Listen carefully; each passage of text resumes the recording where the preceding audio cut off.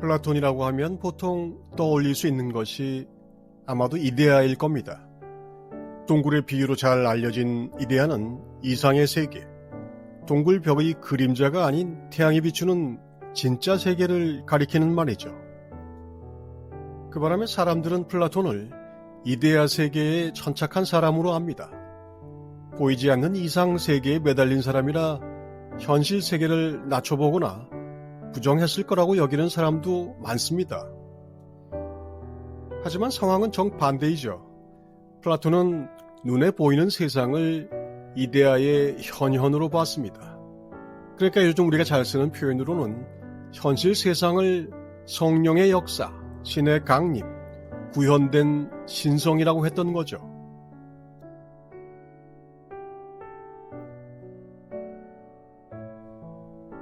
그래서 플라톤에게 신으로 향하는 영성의 추구, 상승, 만물의 진화는 에로스인 것이고, 신이 우리의 세상으로 나타나 만상 안에 내재하면서 스스로를 표현하는 것, 즉 하강은 아가페의 작용이었습니다. 지성과 사랑, 지혜와 자비의 유럽 버전의 시초가 바로 플라톤이었던 셈입니다. 사실 우리가 알고 있는 서양의 학문이라는 것은 좀 들여다보면 플라톤의 설명, 여기서 비롯되었음을 모두 인정합니다. 그 바람에 화이트헤드는 서양 학문 자체를 플라톤의 각주일 뿐이라고 말하기도 했습니다. 어쨌거나 플라톤이 말한 대로 만물은 신을 향해 가고 신은 만물을 향해 오른 것이 우주의 역사일 수 있습니다.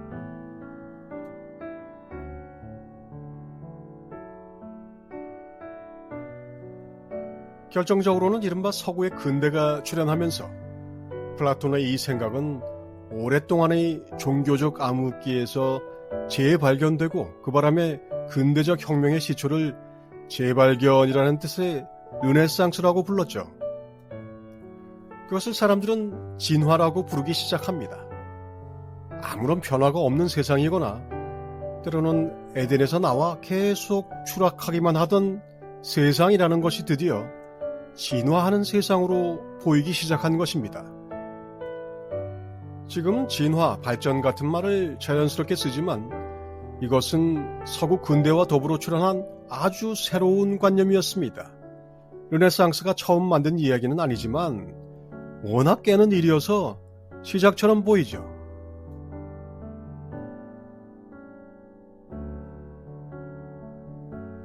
그리고 르네상스 이후로 인류는 진화와 진보를 믿어 의심치 않았습니다. 좌우를 가리지 않고 인류의 기본 이념은 더 나아지는 것, 뭔가 앞으로 가고 올라가는 것이었습니다. 일어나는 모든 사실들이 명명백백하게 입증해 주는 듯 했습니다. 하지만 드디어 벽에 부딪혔죠. 사실 이미 무수한 벽에 부딪히고 있었지만 애써 외면하다 마주치게 된 벽은 바로 이성의 종말이었습니다. 인간의 합리가 도달하게 된 그 벽은 어떻게 이럴 수가 있느냐는 것이었습니다. 한마디로 세상이 진화하고 있다면 어떻게 아우슈비츠와 히로시마 같은 것이 생겨날 수 있다는 말인가 하는 의문이었죠.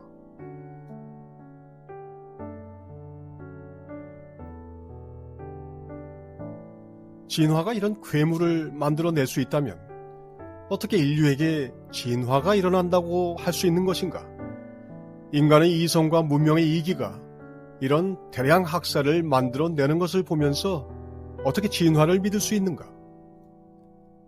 이성적인 서구 근대의 종식은 이런 질문으로 시작됩니다. 그리고 그것은 지금도 진행 중입니다. 아무 생각 없이 선진국을 따라잡는 것이 민족 중흥의 목표였던 한국인들에게는 좀 멀고 먼 질문이었죠. 하지만 잠시 숨을 고르고 정말로 물어보는 건 괜찮을 것 같습니다. 진화, 진보, 발전이라는 것이 정말인가? 인류 사회는 정말 진화하고 있는 것인가? 인간 의식의 진보라는 것도 말이 되는 건가?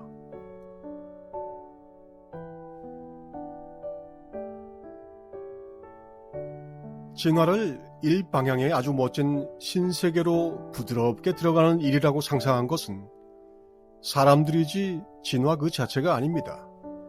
겉모양으로만 보면 정말 천지부린, 하느님은 인자하지 않습니다. 서양은 물론 이미 동양의 성인들도 알고 있었습니다. 그리고 성인은 중생을 지푸라기로 만든 개 인형 취급한다는 비유가 살벌하기는 해도 사실을 그대로 알려줍니다. 진화가 단순히 계속 잘 되는 것이 아니라 때로는 분화, 대립, 격돌하는 에너지 다툼의 장이라는 것은 동양의 태극 주역에서도 극명하게 잘 표현되어 있습니다. 주역은 상당히 정교한 모델과 패턴입니다.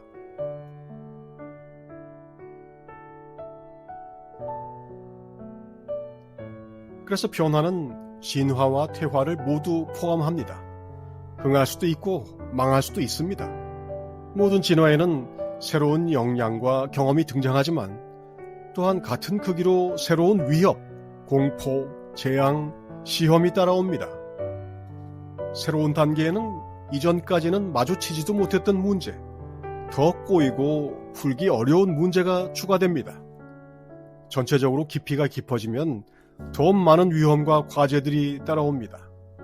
사태는 더 잘못될 수 있습니다. 계단 하나를 오르기 위해서는 높이에 따르는 근력이 필요하듯 진화는 대가를 요구합니다. 만약 그 대가를 치를 능력이 없을 경우 근대의 합리성은 다시 아우슈비츠를 만드는 위치로 물러설 수 있습니다.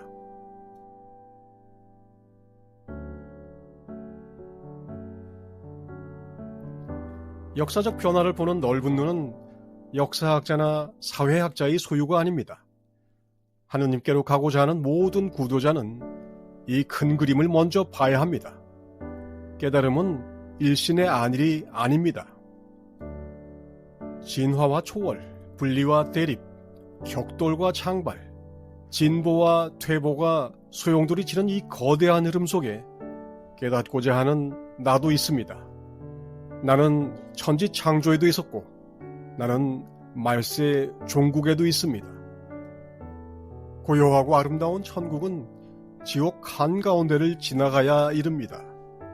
의식의 진보나 역사의 진화는 성령의 역사라서 하나님은 손가락 하나 까딱하지 않는 냉엄한 사실을 냉혹하게 일러줍니다.